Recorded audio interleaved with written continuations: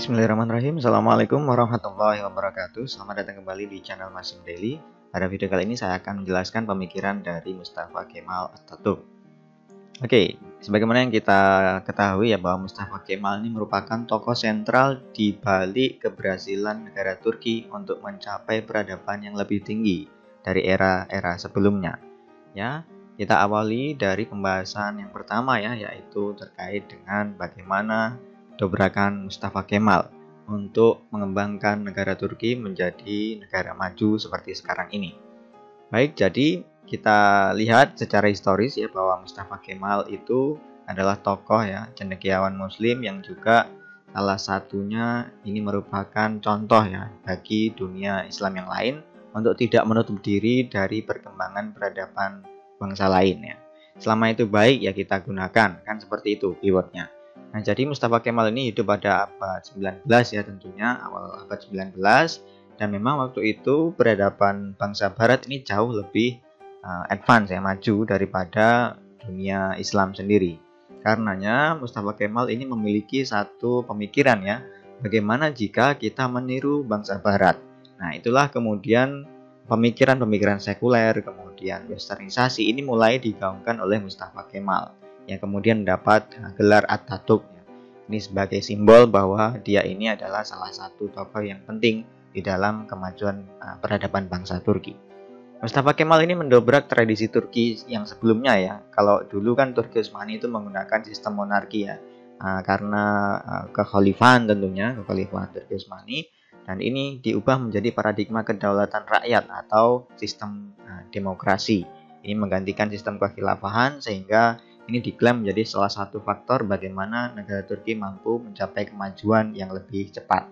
Nah, kemudian penggantian sistem ini ya dari monarki kemudian kepada republik ini juga mengakibatkan beberapa hal yang lain juga terimplikasi. Nah, karenanya ideologi kenegaraan ya dari sistem monarki kemudian menjadi sistem republik ini menjadi salah satu faktor kunci.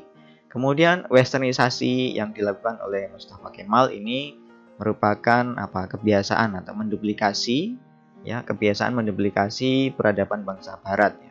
Jadi kebarat-baratan itu memang benar adanya dan waktu itu dinilai sah oleh Mustafa Kemal karena memang waktu itu bangsa barat sangat maju dan bagus sekali perkembangan peradabannya, sehingga menurut dia ini layak diperjuangkan ya, karena kita melihat pada waktu itu abad 19 dunia Islam juga sedikit mengalami kehilangan identitas seperti itu ya. Sehingga menurut Mustafa Kemal kita harus meniru hal-hal baik dari bangsa barat. Nah, kemudian apa saja contoh-contoh kebijakan Mustafa Kemal yang berbau sekuler atau juga westernisasi?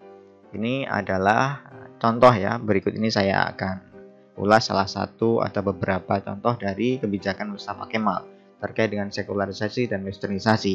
Ingat, westernisasi tadi adalah menduplikasi kebiasaan atau peradaban bangsa barat. Kemudian sekularisasi ini adalah pemisahan ya antara urusan keduniaan dengan urusan keagamaan. Jadi yang pertama adalah ini kebijakan dari Mustafa Kemal ya, penghapusan sekolah-sekolah keagamaan. Kalau dulu sebelumnya di Turki itu terkenal banyak sekali sekolah keagamaan yang fokus membahas tentang kajian-kajian keagamaan. Tapi sejak era Mustafa Kemal ini semua dihapus dan kemudian dimasukkan menjadi fakultas keagamaan di sistem universitas. Jadi ini merupakan sistem pendidikan yang lebih luas ya. Universitas itu kan di dalamnya ada berbagai jurusan, ada berbagai program yang bisa diambil oleh peserta didik ataupun juga mahasiswa atau para cendekiawan yang lainnya. Maka di sini kita bisa pahami kenapa kok dihapus sekolah keagamaan dan kemudian dimasukkan ke dalam sistem universitas, ini untuk menarik minat dari para penuntut ilmu ya, tidak hanya dari golongan Muslim saja, tapi juga dari kalangan yang lain. Ya, jadi ini bisa lebih membuka diri, membuka negara Turki menjadi satu destinasi pendidikan yang juga bisa melingkupi seluruh wilayah yang lebih luas daripada yang sebelumnya. Kemudian kebijakan yang lain adalah pelarangan pemakaian busana keagamaan di dalam keseharian ya, kecuali bagi mereka yang sedang menjalankan tugas-tugas keagamaan. Ini juga menjadi satu dobrakan yang dilakukan oleh Mustafa Kemal. Jadi inginnya ini adalah melepaskan diri dari simbol-simbol keagamaan. Karena menurut Mustafa Kemal, agama itu adalah hal pribadi dan tidak perlu diekspos di dunia luar. Ya, agama itu adalah urusan kita dengan Allah Subhanahu wa taala, dengan Sang Khalik, kan seperti itu. Nah, karenanya kita bisa pahami di sini ya bahwa bagaimana seseorang beragama itu adalah urusan dia sendiri, tidak perlu ditampil-tampilkan dengan simbol-simbol tertentu. Karena ini tentu dia juga mempelajari ya jejak sejarah bahwa banyak sekali orang yang terjebak dengan simbolitas agama tetapi tidak menjalankan agama dengan baik. Nah, kemudian ada juga kebijakan lain ya, seluruh aparatur negara atau ASN ya, pegawai pemerintah itu wajib memakai dasi dan topi, ini seperti bangsa barat. Tujuannya tidak lain adalah untuk menanamkan dalam diri ya bahwa ini role model kita, ini harus kita tiru, dan karena bangsa barat memang memiliki kepribadian yang disiplin, kemudian bisa menempatkan diri secara profesional di dalam pekerjaannya, inilah yang mau diduplikasi oleh Mustafa Kemal di seluruh pegawai pemerintahan yang dimilikinya. Dengan semangat yang seperti itu diharapkan kinerjanya juga akan baik sebagaimana bangsa barat pada umumnya. Kemudian juga ada penggantian hari cuti resmi ya. Kalau sebelumnya di Turki itu hari cuti adalah hari Jumat. Ini sebagaimana berlaku di beberapa negara Islam ya, mayoritas itu hari Jumat itu adalah hari libur. Nah, kemudian ini diganti menjadi hari Minggu. Kenapa demikian ya? Ini salah satu contoh ya bagaimana westernisasi dilakukan secara totalitas oleh Mustafa Kemal supaya ini lebih cepat terinternalisasikan kepada warga negara Turki pada saat itu. Nah, kemudian juga ada pelepasan Islam sebagai agama resmi kenegaraan. Ya, sekali lagi ini juga salah satu bukti ya bahwa sekularisasi atau sekularisme yang dilakukan oleh Mustafa Kemal ini sampai ke situ juga, bahwa agama itu urusan pribadi, tidak perlu diurusi oleh negara dan bahkan diwajibkan menjadi agama wajib dari suatu negara.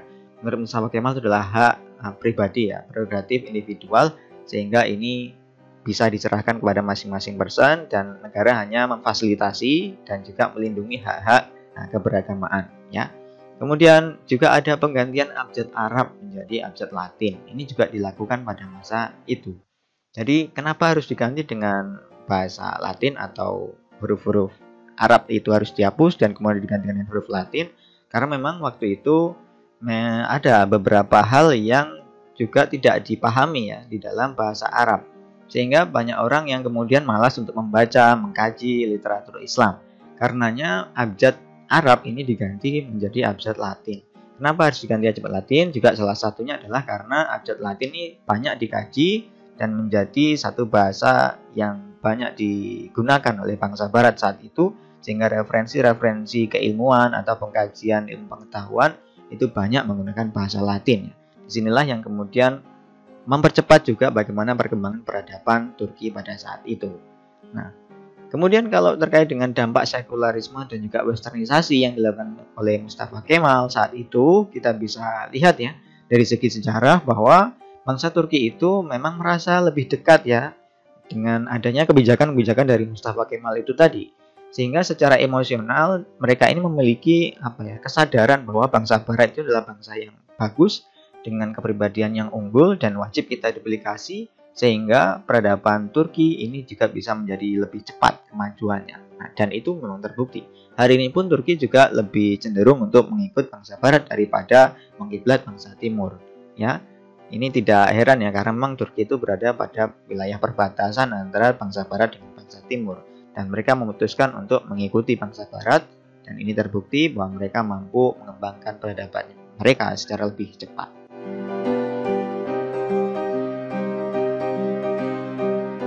Kita hari ini adalah tentu ini perlu kita diskusikan bersama ya. Jadi sejauh mana batasan dari penerapan sekularisme dan juga westernisasi dalam pengkajian Islam? Silahkan jelaskan, kemudian berikan contoh konkret, implikasinya seperti apa di dalam pengembangan peradaban Islam.